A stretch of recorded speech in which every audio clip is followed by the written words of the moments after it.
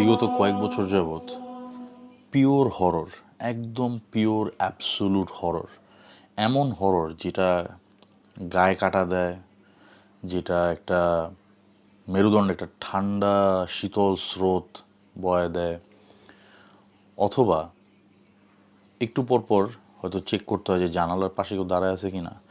এরকম ধরনের absolute pure horror বিগত কয়েক বছর যাবৎ কম আসতেছে, খুবই কম, খুবই লিমিটেড। তো as a horror fan, horror জনরার একজন অ্যাভিড ফ্যান এবং অ্যাভিড রিডার হিসেবে যখনই আমি কোনো জায়গায় শুনতে পাই যে ভালো একটা হরর বই আসছে, আমি ছুটে যাই, I collect it by any means, এবং এটা আমি পড়া দেখার চেষ্টা করি যে হররের লেভেলটা কীরকম। যেরকম অ্যাবসোলুট হরর আমরা ছোটোবেলায় পড়ে বড় হয়েছি, বা একটু বড় হওয়ার পরে আমরা পড়ছি, একটা সময় যে ধরনের হরর আমরা পাইতাম, ওই শক ভ্যালুটা আমরা পাচ্ছি কিনা। তো রিসেন্টলি একটা বই রিলিজ পাইছে ঋদ্ধ প্রকাশ থেকে।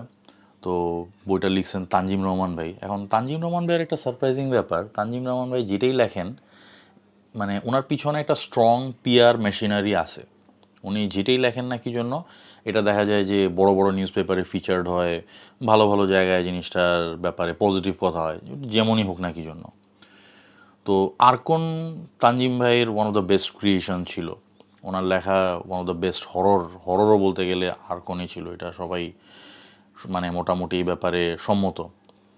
তো আমি ওই যে পিআর মেশিন বা সবাই যেটা বলতেছে ওই জিনিসটার দ্বারা আমি সাধারণত তাড়িত হই না। আমি যেটা করি যে I read it for my self, আমি নিজে আগে পড়ি, আমি এটা পইরা দেন আমি বোঝার চেষ্টা করি যে অ্যাকচুয়ালি কী হয়েছে না হয়েছে। আমি এই যে PR, good reviews, good recommendations, মানে সব জায়গায় পজিটিভিটি, এই জিনিসগুলোর আমি মানে I peel it by layer, এবং দেন আমি জিনিসটা পড়ার চেষ্টা করি, এবং that is what I did with this book. আমি সেটাই করছি এই বইটার সাথে, ছায়া অবলম্বনে। তো অনেকেই আমার বলছে এই বইটার ব্যাপারে যে না বইটা খুব ভালো হয়েছে, প্রকাশকরা খুব ভালো ভালো কথা বলছে। তো আমি বইটা পড়ছি, বইটা পড়ার পরে আমার কাছে যা মনে হয়েছে আমি একদম অনেস্টলি সেটাই আমি আপনাদের বলতেছি। তো ফার্স্ট অ্যান্ড ফরমোস্ট, তানজিম ভাই ইজ ফাইনালি ব্যাক। তানজিম ভাইয়ের লেখার একটা ব্যাপার হচ্ছে, উনি ফিলোসফি হয়তোবা খুব পড়তে পছন্দ করেন, আমি জাস্ট অ্যাসিউম করতেছি। এবং উনি ওনার প্রত্যেকটা লেখায় রিসেন্টলি, মানে বিগত 2-3 বছর যাবত ওনার প্রত্যেকটা লেখায় মানে উনি প্রচুর পরিমাণে ফিলোসফি এবং ফিলোসফিক্যাল যে রেফারেন্সেস এই জিনিসগুলো ইনফিউজ করেন এবং ইনকর্পোরেট করেন। তো আমার ব্যাপার হচ্ছে যে সাধারণ মানুষ বা সাধারণ পড়ুয়া দরকার ছাড়া হয়তোবা ফিলোসফির এতটা ডিপ লেভেলে যায় না। তো সেই জন্য অনেকের পক্ষে ওই ফিলোসফিক্যাল রেফারেন্সেসগুলা ধরাটা একটু মুশকিল হয়ে যায়। That did not quite happen with this book. আমি মোটামুটি এখানে যে ফিলোসফিক্যাল রেফারেন্সেস এবং যেই মানে পকেটস অফ ফিলোসফি এখানে ইনফিউজ করা হয়েছে, ওই জিনিসগুলো আমার মোটামুটি খুব একটা বুঝতে বেগ পাইতে হয় না। মানে মোটামুটি ফিলোসফি সম্পর্কে যদি আপনার মোটামুটি ধারণা থেকে থাকে, maybe you'll figure it out, আর কিছু জিনিস হয়তো আপনার লুক আপ করতে হবে। তো এখন কথা হচ্ছে যে ফিলোসফি মানে হররে তো আমি তো ফিলোসফির জন্য হরর পড়তে আসি না, আমি পড়তে আসছি যে এখানে হরর কীরকম, শক ভ্যালু কীরকম, এটা আমারে কাঁপাই দিতে পারতেছে কিনা। তো এইটা একদম আমি বলবো যে একদম মানে গাট পাঞ্চিং বা গাট রেঞ্চিং হরর এরকম না, একেবারে মানে মানে it is not something that will blast you in the face, এটাকে আপনারা উড়ায় দিবে এরকম টাইপের কিছু না। বাট এটার মধ্যে একটা শীতল ভয়ের আবেশ অবশ্যই আছে।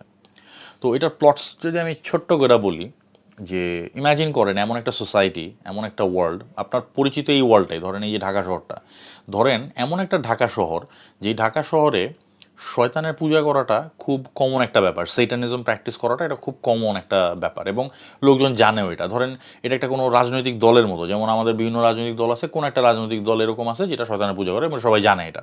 ওকে, সো এখন এরকম ধরনের একটা কাল্ট আছে যারা শয়তানের পূজা করে। তো সেখানে এই কাল্টের একটা প্রধান একজন চরিত্র, তার ছেলে হচ্ছে এই বইয়ের মুখ্য চরিত্র, তার নাম হচ্ছে ইখতিয়ার। তো ইখতিয়ারকে ঘিরা হলো কাহিনী। তো ইখতিয়ারের বাবা, তার কাছে কিছু প্রাচীন পুঁথি ছিল যেগুলো একদম নিষিদ্ধ। তো এই কাল্টের যে প্রধান, সে এই পুঁথিগুলাকে নিষিদ্ধ করে রাখছে এবং বলছে যে এগুলির চর্চা করা যাবে না।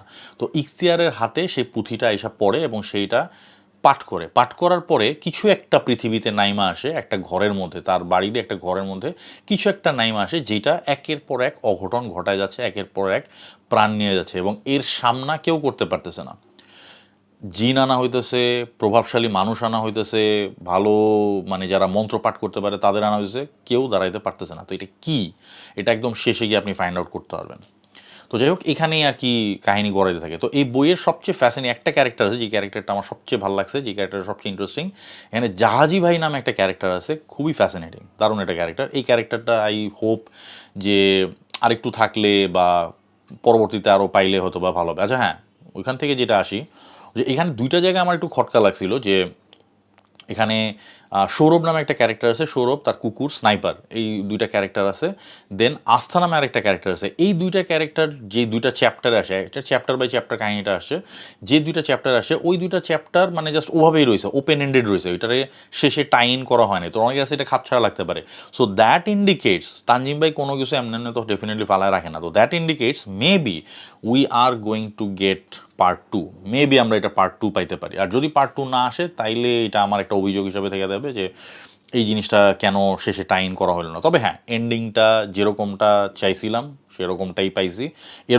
এই ধরনের হররের এই ধরনের এন্ডিংই হওয়া উচিত। ফ্যান্টাস্টিক লাগছে আমার কাছে, মানে লাস্ট অঙ্কটা মানে ক্লাইম্যাক্সটা ইট ওয়াজ এবং যে রেভেলেশনটা যখন হয় এটা দারুণ, দারুণ।